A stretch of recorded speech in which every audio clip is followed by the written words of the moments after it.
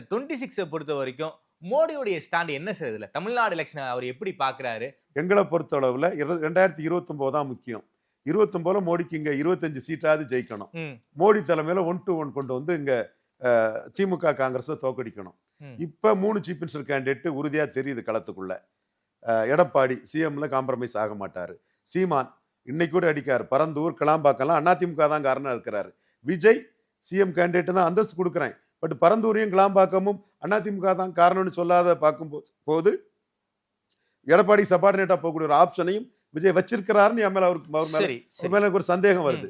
அவரையும் ஒரு சிஎம் கேண்டிடேட்டா சேர்த்துக்குவோம் என்றாலும் சொல்றதை வச்சு 3 சிஎம் கேண்டிடேட். ஸ்டாலின் தெளிவா 57-62 காமராஜ் பொசிஷன்ல 45% வாக்குக்கு மேல இருக்கிறார். சரி.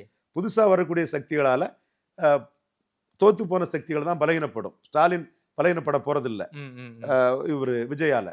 சோ ஸ்டாலினுக்கு வெற்றி இன்னைக்கு இங்க வந்து உறுதிங்கிற லெவல்ல தான் இருக்குது. எது எப்படி இருந்தாலும் நம்போன்றவர்களை பொறுத்தவரையில டிசம்பரை பற்றியும் நாங்க கவலைப்படல, எதை பற்றியும் நாங்க கவலைப்படல.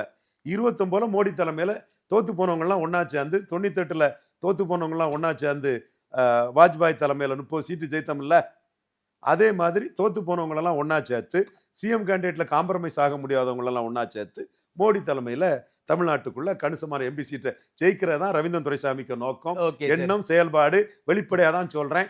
யாரை பற்றியும் எதை பற்றியும் எனக்கு கவலை கிடையாது.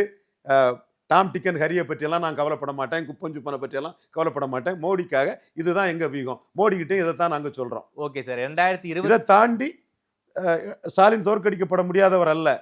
1 to 1ல ஸ்டாலினை தோற்கடிக்கலாம். எடப்பாடியை முன்னிறுத்தியும் ஸ்டாலினை தோற்கடிக்க முடியாது. எடப்பாடி இல்லாமலும் ஸ்டாலினை தோற்கடிக்க முடியாது. என் வார்த்தை எடப்பாடி காப்பாருன்னா ஸ்டாலினை தோற்கடிச்சு காட்டுறேன்.